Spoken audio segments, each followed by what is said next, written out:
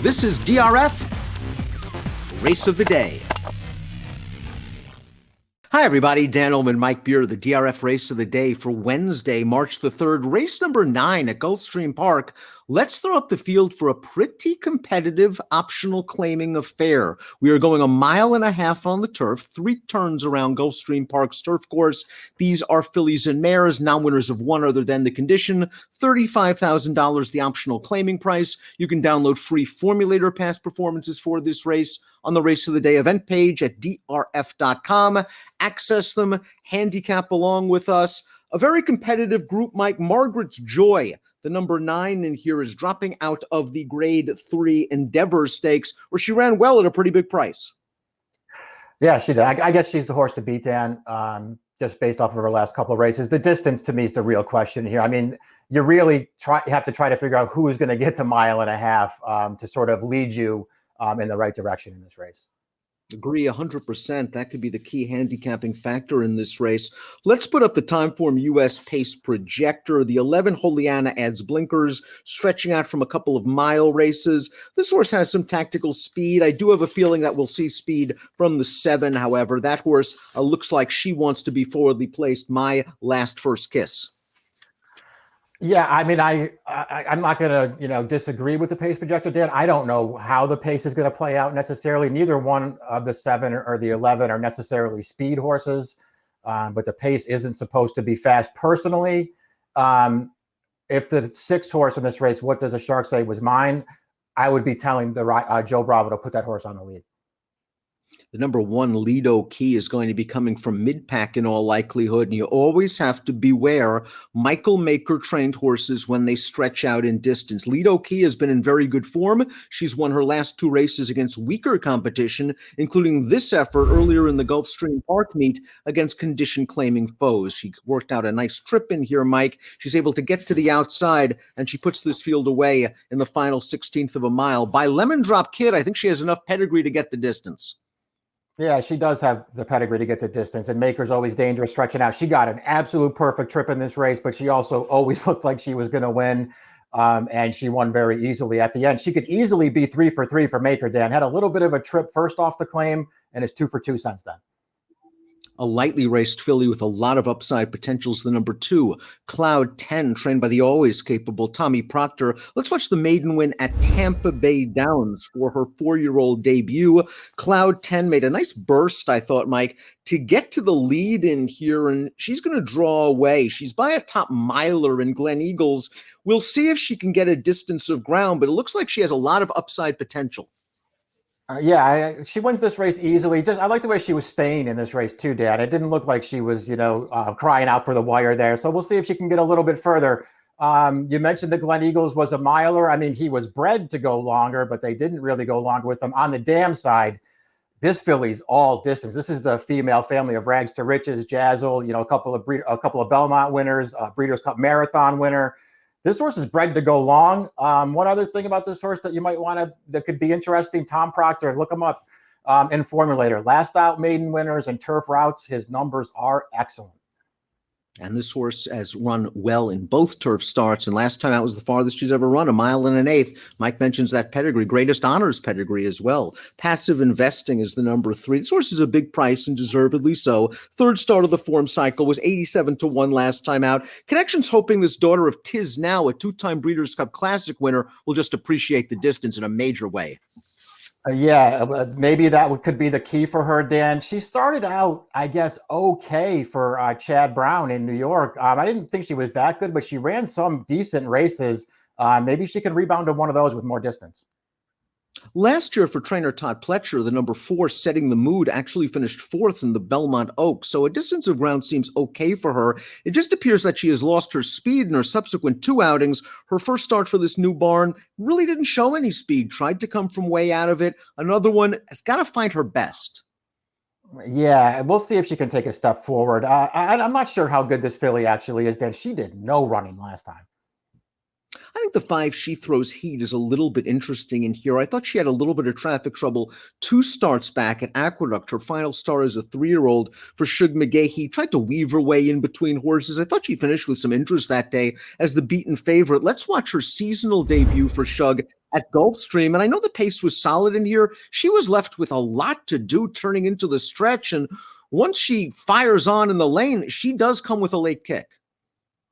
Yeah, you're going to see her run at the end of this race, Dan, but it's way too late for her to really make any kind of impression. I don't know what to think about this race. Obviously, the winner, Cristal, is a deep closer. That horse came from way out of it as well. This filly, just for whatever reason, never got on track until the race was already over last time. Pretty disappointing. I thought I liked her maiden win.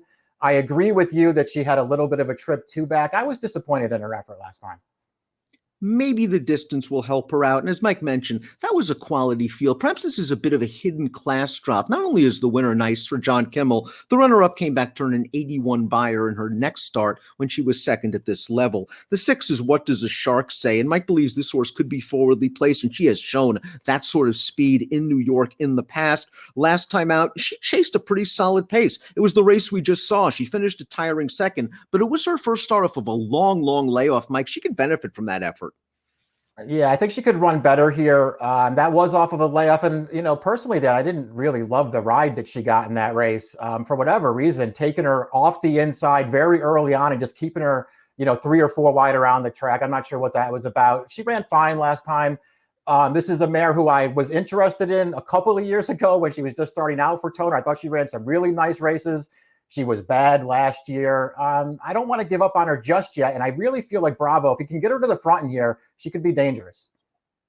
My last first kiss earned a stakes placing in an off-the-turf race last time out over sloppy going, and that's really been the story of her career. She can be forwardly placed, but she just seems like a dirt horse. She doesn't have a lot of turf pedigree. Her last turf race was not good at all.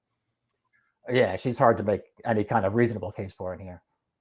Valletta, you can make a case for. She is stretching out for trainer Danny Gargan. I think there might be enough distance in this pedigree. She is in very good form. All the Gargan horses are firing at Gulfstream. Valletta scoring in this race over 2 minor next out winners on January the 21st. Wasn't a lot of pace in here, but Valletta still advanced from mid-pack, Mike, and she was able to run these horses down. A good, solid performance, a career best buyer. Yeah, I thought she ran well in this race. Her last 2 races are both pretty good. She got a perfect trip when she broke her maiden for 40 at Aqueduct last November. But, she ran fine that day. She ran even better in this race. Gargan, you always have to, keep these horses in mind. We'll see if she stretches out. If she stretches out, I suspect she's going to be pretty tough in here. Now, the 9, Margaret's Joy, is going to really stretch out for the first time. She did run at 1 mile and 5/16 at Kentucky Downs. That turf course with the European field can be tricky on some horses. This horse has the pedigree, certainly, to get the distance. She is a full sister to Spooky Channel, who just won the Grade 3 Connolly going 1.5 miles at Sam Houston. And this horse ran well last time out in the Endeavor, a Grade 3 race. I'm not sure I love the Endeavor as a race. We're going to watch it right now. I thought the jockey gave Margaret's Joy a very good trip, saving ground just about every step of the way, splitting horses in the lane. She's just not as good as the 2 favorites who are going to outfinish her. The question is, did she run well? Did she get sucked up to this figure? I thought she actually finished pretty well here. I think a little bit of both, Dan. She did run fine in this race. I just love the ride that Ronnie Allen gave her, though. The horse to beat in the race was Counterparty Risk. He put her right on Counterparty Risk's tail at the start of the race and followed her around the track right up the inside. She did her best with a very good trip. It's also sort of worth noting that 2 back, she probably was best that day. She got a really tough trip at Gulfstream 2 starts back and got very unlucky. In a lot of ways, I do think this is the horse to beat. Diamond Sparkles, the number 10, really hasn't panned out. I kind of liked her when she first came over here from Europe. I thought her 4th place effort in the Talma was a little bit better than it looked. Like most European imports, she didn't break very well. It was sort of an in-out trip, and she finished okay in between horses. She's earned a graded stakes placing 3 starts back, going a 1-turn mile at Woodbine. It's just that she hasn't gotten any better from a figure standpoint. She can improve second off the layoff, but this distance, I have to admit, is a bit concerning for me.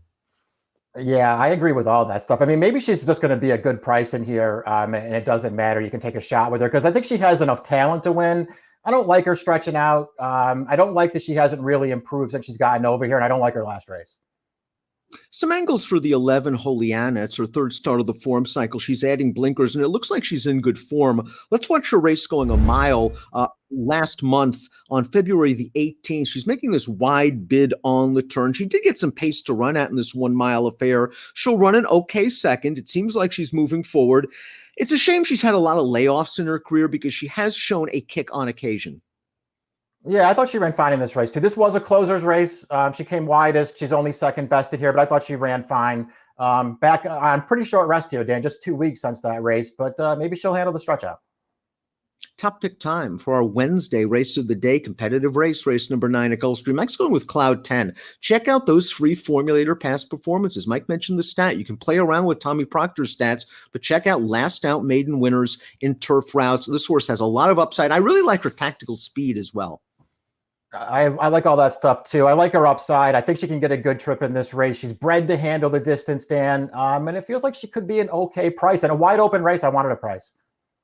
I picked Mike's second choice. That's the 9, Margaret's Joy.